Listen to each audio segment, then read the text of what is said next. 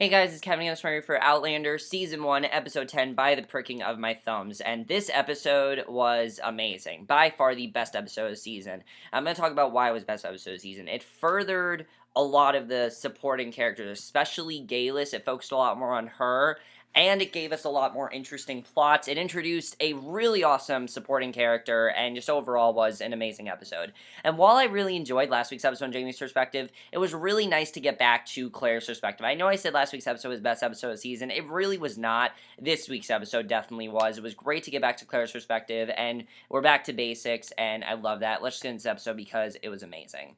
So Claire wakes up and Jamie is giving her oral sex and a knock sounds at the door, but Jamie doesn't want to stop and the knocking continues until Jamie finally gives in. I'm like, Jamie, you should probably open the door. And he opens the door to Murtaugh, who enters, and you see this look on his face just like, oh shit, this is awkward. Obviously it's awkward. I mean, it's not every day that you walk in seeing someone giving oral sex, but because the two are newlyweds, he should think that maybe that could happen, but I guess Murtaugh doesn't think that way. So he's chastising Jamie for allowing his marriage duties to make him sluggish, and he's spotting Claire is still in bed, and Murtaugh halts his teasing and informs Jamie of the Duke of Sandagram's arrival, and Jamie's excited by the news, knowing that the Duke has always been partial to him and may be instrumental in lifting the charges against him. Because, he wants to have those charges against, he wants to get those charges against him gone, and he doesn't want charges, so maybe the Duke can help him out there. However, we see that, basically, Claire reveals that she actually is familiar with the Duke, but makes Jamie and Murtaugh promise not to press her on how she knows about the Duke, which I was interested in seeing how she knows about the Duke.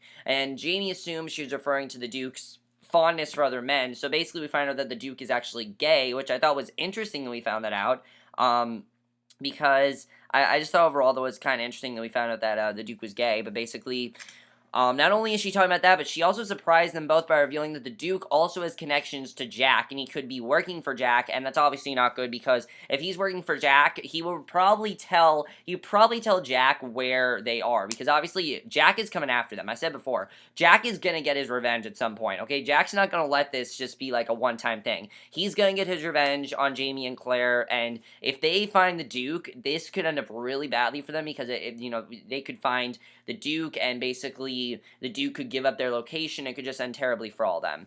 So basically, Murtaugh believes it is best to confer with Ned Gowen before going to see a Duke, which I believe is the best thing. I mean, Ned is a lawyer. He knows what he's doing. It's probably the best to talk to him. So Jamie agrees with Murtaugh and turns to Claire, excited by this opportunity to clear his name, return home to Lallybroch.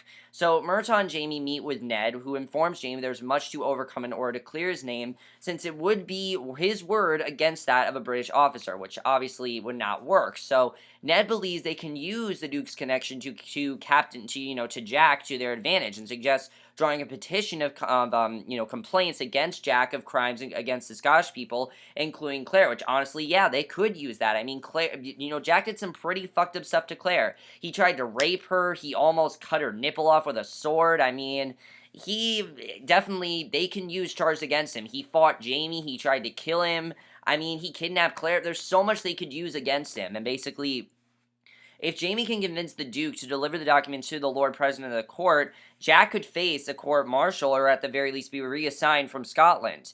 Now, I'm just thinking here, well, if the Duke and Jack know each other, would the Duke really turn against Jack like that? Would he really do that? Jamie just has to sound convincing, because I'm pretty sure Jamie can probably, somehow sway the Duke into doing that in whatever way he can, but basically, if this works, Jack could face a court-martial or at the very least be reassigned from Scotland, and with the captain in disgrace, Ned could take Jamie's case to court and win him a pardon. So honestly, it could all end up really well for them, but it just seemed too easy to me. I didn't really know if that was going to work.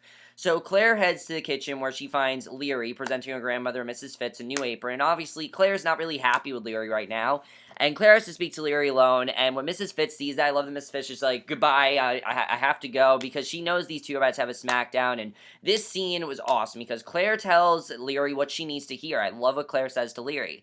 She produces the ill wish she found under her bed because, Leary did sign that and asks Leary if it looks familiar. And at first, Leary's like, I have no idea what you're talking about. I didn't do anything. But of course, Claire knows that Leary was fraternizing with Jamie and that that she doesn't know about it, her trying to seduce him, but she knows that, Leary has feelings for Jamie. And she also reassures Leary there was no conspiracy to take Jamie from her. And, she does soften and acknowledges Leary's feelings for Jamie and why she would direct her jealousy at Claire, but she does also reassure her that there was no conspiracy to take Jamie from her, although he was not hers to begin with, which is true. He was never Leary's. Even though Leary thinks that, he was never Leary's to take, and Leary needs to understand that. So, basically, Leary is stunned by Claire's word, proclaiming Jamie to be hers. She's still not letting up. She's still saying, you have no idea what you're talking about, Jamie's mine, and that Claire stole him away. She continues her verbal rampage, telling Claire she feels sorry for Jamie because he's married to a cold English bitch, and that just makes Claire reach her limit. She slaps Leary, and I'm just like, thank you for slapping her, because seriously, you need to slap some sense into her. Honestly, I understand that Leary likes Jamie and that she's always liked him, that she's jealous of Claire. Fine. But you need to get over him, okay? And however you can, get over him, do whatever you can to get over him. Even go after Dougal. Dougal likes Claire. You like Jamie. I mean, the feelings have to be mutual there. Seriously, the feelings have to be mutual. Go to Dougal, get Dougal on your side, and that should work for you. I mean, that probably is the best thing to do, is just go to Dougal. I know it sounds kind of crazy, but Dougal and Leary would probably make a really good couple. They definitely would. I mean, we see something else from Dougal in this episode, which I'll get to, but basically, the girl finally admits to placing the ill wish under her bed, which I'm just like, finally, you actually admit to it. Seriously, it took you from Claire slapping you to actually admit that. And basically, she makes an attempt to make Jamie hate Claire as much as she does, and also shocks her by revealing it was actually Geiless who sold it to Leary. And I thought that was surprising. I thought it was going to be Colum. But no, it's actually revealing, we see that it was Geiless who sold to Leary, and I thought that was really interesting because we focus a lot more on Geiless in this episode, and we find out a lot more about her, which I really love seeing. So Claire leaves the kitchen, but not before warning Leary to stay away from her and Jamie, and I'm just like, Claire is such a badass, seriously. She's such a badass with the way she talks, and that was just so awesome. I love that scene. So Claire heads to the Duncans, but does not find Geiless. She finds Arthur sifting through his wife's remedies, looking for some relief from his stomach troubles. He always has those stomach troubles, and in fact, we saw the recap where he's like, peppermints, my dearest. Like, seriously, he's always suffering from those stomach problems, and I really do feel bad for him. And Claire grabs some finnet from another table, hands it to the maid to give to Arthur, and as Claire turns to leave, the maid stops her and informs her where she can find Geiless in the woods, and sometime later, she goes through the woods, guided by the light of a lantern, and she hears a voice in the distance, and blows out her light before moving closer, and she spots Geiless, who is clothed only in a flowing piece of fabric as she dances around a fire while chanting. She's actually topless while she's doing this. It's a really cool scene, I have to say. That it's very stylistic. I really like the style in this scene. It kind of reminded me of the first episode. If you remember, Claire saw that weird thing in the first episode. This really reminded me of that. I thought they really did a good job with that. The cinematography in this episode might be the best cinematography we've had in the whole show. Seriously, this was beautiful. She recalls the dance of the druids she witnessed with Frank at Craig Nadoon as Geiless riz around, and I like that she referenced that, because it's true, that is what she saw, and basically, she finally, we see that she's tearing the clothes from her chest and holds her visibly pregnant stomach, because Geiless is pregnant, and she finally collapses to the ground and calls out for Claire to come out from her hiding spot, and Claire approaches Geiless, who she now knows that she's pregnant. She's congratulating her on a pregnancy, and Geiless thanks her, calling it a special secret, one that even Arthur doesn't know, and I'm just like, what are you talking about? And we very quickly find out that Geiless reveals she has a lover, and that lover is Dougal. She is in love with Dougal. She had sex with Dougal. She cheated on Arthur with Dougal, and I was really surprised we found that out. And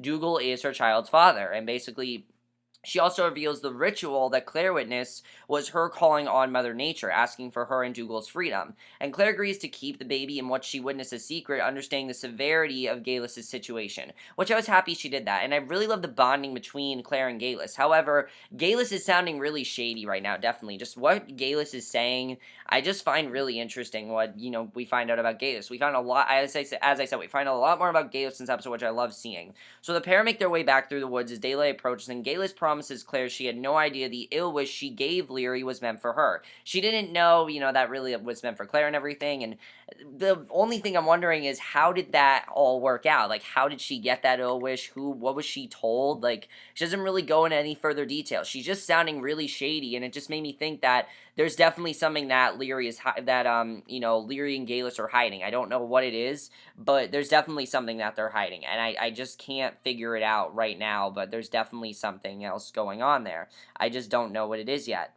So, basically, we then see the pair make their way back to the woods as daylight approaches, and basically Geiless also shows off a lovely pearl bracelet she received from Dougal, which was actually given to him by the Duke of Sandringham and meant for his wife Maura. And Claire is surprised to hear Dougal's married and learns his wife has been secluded for their estate for years now. And I thought that was really interesting, and Claire is surprised, basically, because of course now that we know that Dougal cheated, that Dougal was with, not only did, Geiless cheat on, Arthur, Dougal cheated on his wife Maura, and I just thought that was really interesting overall, and really made us care more about their characters, and Claire wonders how Dougal receives a gift from the Duke since he is there visiting Colum, and Gaius informs her that it is really Dougal he is fond of, and that's why I thought that was really interesting. We found out, and here her words spark a memory of Claire listening to Frank and the Reverend Wakefield discussing not only Captain Jack's connection to the Duke, but also the Duke being a suspected Jacobite, and basically Claire's attention is soon drawn by the cry, and she didn't actually, think of anything of it, but now she realized that, yeah, that was true. So Claire's attention is then drawn to the cry of a baby in the distance, but Geiless stops her, and I'm just like, Geiless, there's a baby, like, right there. Why aren't you doing anything about it? And, she starts talking about this weird, like, ritual and everything, and Claire's just like, I don't care about your rituals, there's a baby dying, and basically she lifts the child, and basically Claire's dismissing Geillis' words as superstitious nonsense because they're standing near a fairy hill and the child is suspected of being a changeling, and I'm just like, who cares? It's a dying child, and she scours the woods for the child, and the cinematography in the scene was awesome. And again, this really reminds us that Claire is a nurse, and I like that they remind us of that because it's been a while since Outlander's been on, and they need to refresh us on some things, and that really, makes us remember, yeah, Claire's a nurse, and she knows what she's doing. So she finds it nestled in a tree, but she's too late. The baby is already passed on, and the baby is now dead. It's honestly is a really sad scene because you see that Claire really wanted to save the child and wanted to help it out some way, but now that she knows that the child is dead, there's nothing she can do. So she lifts the child, cradling it to her chest. She sits next to the tree, repeating her apologies to the baby, and Claire remains unmoved for some time until Jamie arrives, directed to his wife by Geiless. Kneeling beside her, Jamie commands Claire on her kind heart, but echoes Geillis' warnings of her not needing to interfere. So he takes the baby from Claire, and it seems like everyone, is just thinking that this baby is part of, like, this weird witch ritual. So Jamie returns it to the tree as she wonders if he, too, believes in fairies and all that other nonsense. It's kind of a funny scene there. And Jamie tries to explain to her that it's not about him, but about the comfort it may bring the parents to believe it is a changeling that died and that their own baby's alive and live among the fairies. And I understand what he's saying, but, like, still, I think Jamie just believes in fairies. I think that's what it's about. Claire nods in acknowledgement and asks Jamie to take her home, and we see back at Castle Leoch, Claire's looking over the document that Ned had prepared to pass along to the Duke as Jamie explains its contents, and Claire's pretty hesitant to sign. It's understandable why she's hesitant to sign. Of course, she didn't want anything to do with the Duke, but now that she knows their plan, she decides it's best for her to sign it. So she signs it, and I like that she didn't, like, take too long. She wasn't like, I'm not going to sign this. No, she realized why she had to sign it, and I really like that. So Claire, unaware to Jamie, secures an audience with the Duke, and I'm just like, what are you doing? You don't want to be with the Duke, but yet you're talking to him? Like, what's going on here? So the Duke is baffled, and the second that she met the Duke, I loved his character. The Duke is so funny and so flamboyant and so just, like, manipulative, and I love the way he talks, and he's just so funny, and I love his character that I can't wait to see more of his character, and I'm very happy that Claire met him because he's such an awesome character. So Claire cannot produce it since she does not have it and informs the Duke of Jamie's upcoming visit, document in hand. So the Duke seats himself across from Claire and tells her that though he is quite fond of Jamie, he must refuse their proposal, and I love what he's saying. He's like, abominable document, puppycock, and I thought that was such a funny line when he said that. I love that, and The Duke is quick to dismiss the notion that he's close to Jack, claiming he hardly even knows him. He doesn't know who Jack is, and now we know that they can trust the Duke, and I honestly do believe his word. I believe what he's saying, and basically, he has no idea who Jack is, and the Duke tries to dismiss Claire several times without success, but she eventually relents, but not before asking the Duke one last question. And I like this question that she asked him, and that is, how much Jacobite gold did Dougal and Mackenzie pass along to you? And after a rather poetic but threatening observation about Claire's neck, which was really weird, I have to say. I mean, just the fact that he started talking about Claire's neck, I thought was really funny, but really weird. As I said, guys, this probably was one of the funniest episodes of Outlander, like the funniest episode ever. Like this episode was really funny at points, and the Duke is conceding and agrees to hear Jamie's grievances as the pair toast to petitions of complaint, and Claire then returns to Castle Leoch as Angus and Rupert bring her the news of the death of Dougal's wife and her subsequent drunken rage, and I thought that was really interesting. So wondering how she may help, Rupert informs her that Colm wishes to soothe him with a sedative, and Claire arrives in the hall, joins Colm and the others to witness Dougal. He's brandishing his sword, screaming for those advancing on him to stay back, and honestly it was kind of funny. I mean, I understand he's suffering from losing his wife, but just seeing him throw a whole temper tantrum I thought was hilarious, and Angus is moving from the group to retrieve a bottle of alcohol to pour the sedative into, but is momentarily stopped by the threat of Dougal's sword pointed in his direction, and Dougal eventually lets Angus pass, and he continues his walk back to Claire, who slips the sedative into the bottle before handling it back to Angus, and Dougal's rage flares up again, is once more on the attack until Angus steps forward, raises the bottle to the fair Maura,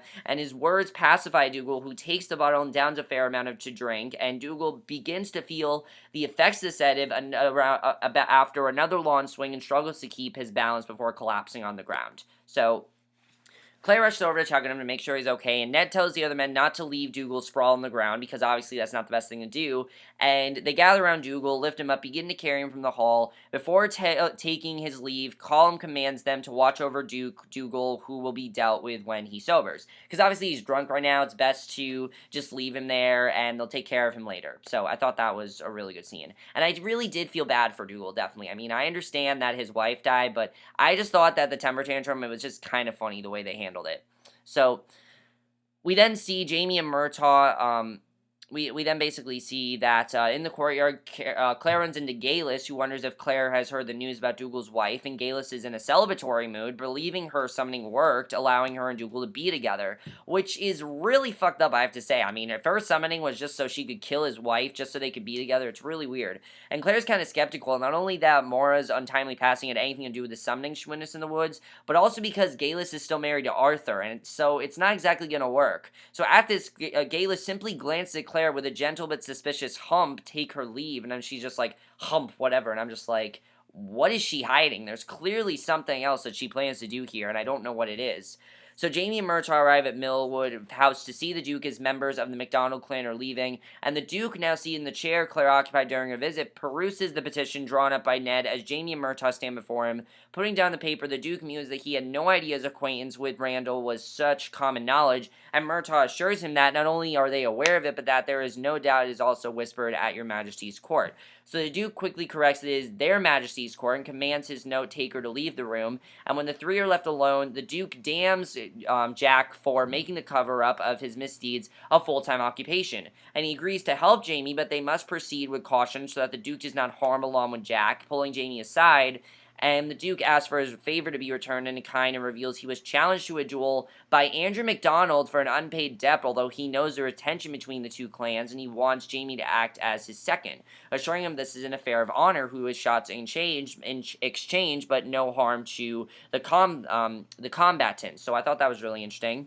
So Jamie and Murtaugh leave, and Murtaugh warns Jamie to stay out of the Duke's affairs, but Jamie throws in his companion's face that it was Murtaugh's idea to go to the Duke, which it was. He also knows he cannot back out and lose his chance to go home, and when Murtaugh cannot swear to another opportunity to clear his name arising in the near future, Jamie tells him that this is a risk he must take, because it is the best thing to do.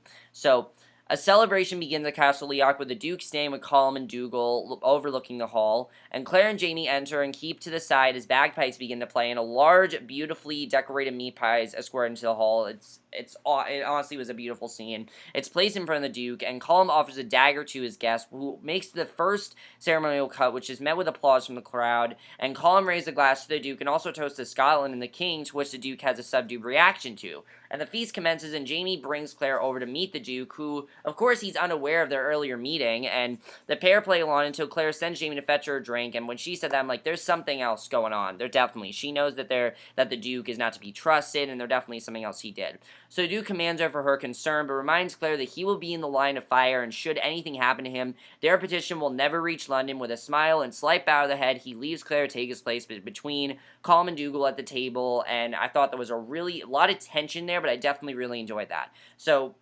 Geiless is also in attendance at the celebration and see her with her husband Arthur. The man appears to be in distress, rising from his seat before collapsing in the middle of the hall. A woman cries out, drawing Claire's attention. I thought she was going to save him, but she and others rush to Arthur's side. He begins to foam at the mouth, and they're believing him to be choking. Claire calls for him to be turned aside, but it is no avail. Claire looks about for Geiless, whose attention is on Dougal. She doesn't even seem to care that Arthur was murdered, and I'm just like, she did something. It's clear that she poisoned Arthur just so she could be close to Dougal. That's clearly what she did. So Colm turns to his right, notices his gaze is fixed on Geiless, who finally breaks the silence with her screams, runs towards Arthur, and at that moment Claire notices the smell of bitter almonds coming from Arthur, which she recognizes as a scent associated with cyanide, and realizes what has killed Arthur. So Claire rises from her spot beside the body and goes to Jamie's side as Geiless continues to cry over her husband.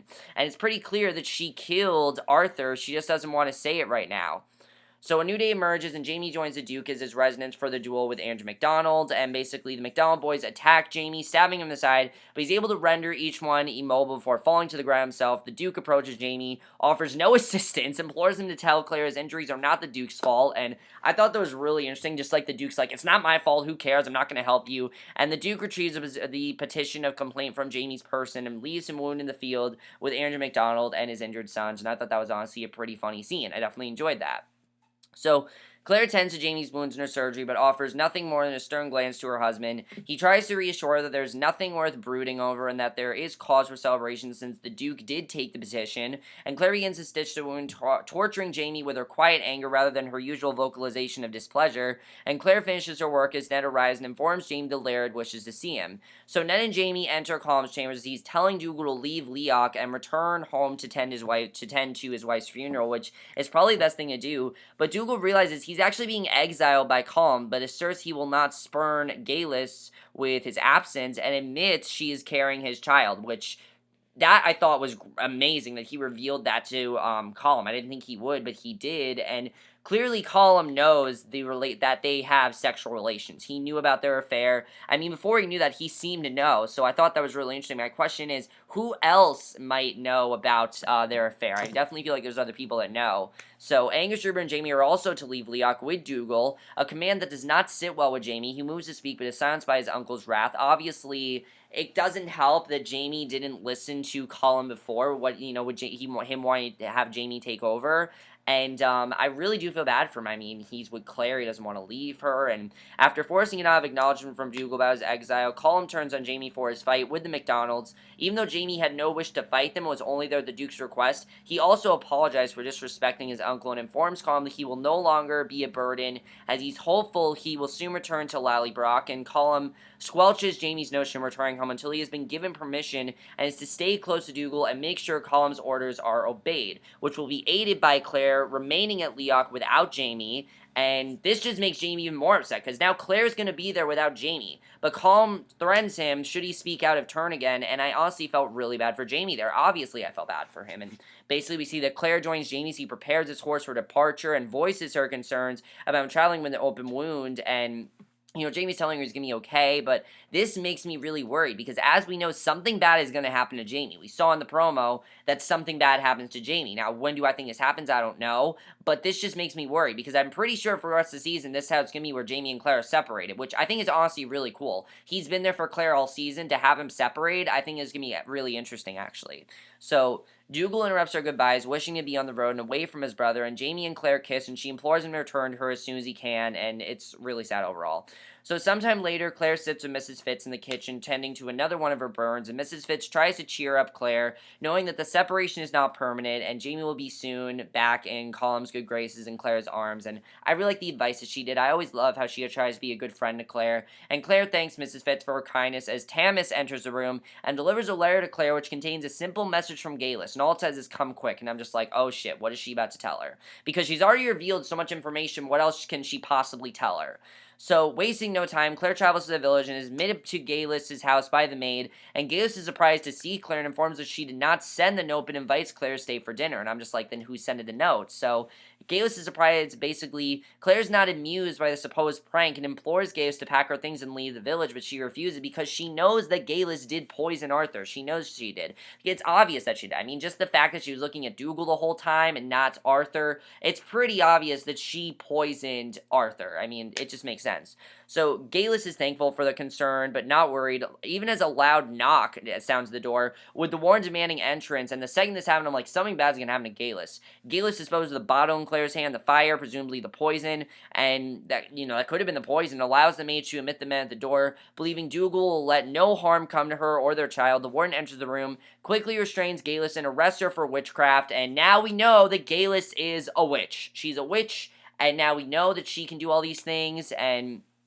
she's stopped by a second man, also placed under arrest. The two women are dragged from the house, placed in the jail cart. Claire peers out the window to see Leary reveal herself, look on with a self-satisfied smile as Claire is carted away. And that's how the episode ends. So overall, guys, I cannot wait for next week's episode. What an amazing episode. I mean, seriously, this episode was amazing. So much was revealed about Leary in just one episode, and I love that. Now, my question is Leary really a witch? Like, are they actually serious where she's a witch, or are they wrong? Is she actually a witch? Because I want to know what's really going on there. We'll see. Does anyone else know about Dougal and Leary's affair? It seems like pretty much everyone knows now. So, are more people going to find out? I definitely feel like it's a matter of time before other people start to find out about their affair. So, do other people know about Geiless and Dougal's affair? Did I say Leary and Dougal's? I meant Geiless and Dougal's. Leary. I'm pretty sure Claire gave it to her straight, where she told Leary to leave her and Jamie alone. But is Leary really done with Jamie and Claire? Pretty much seems like Leary's going to be the hated character of the show. I can already tell everyone hates Leary. I mean, I don't hate Leary's character, but everyone seems to hate Leary, so, I mean, I can totally understand that.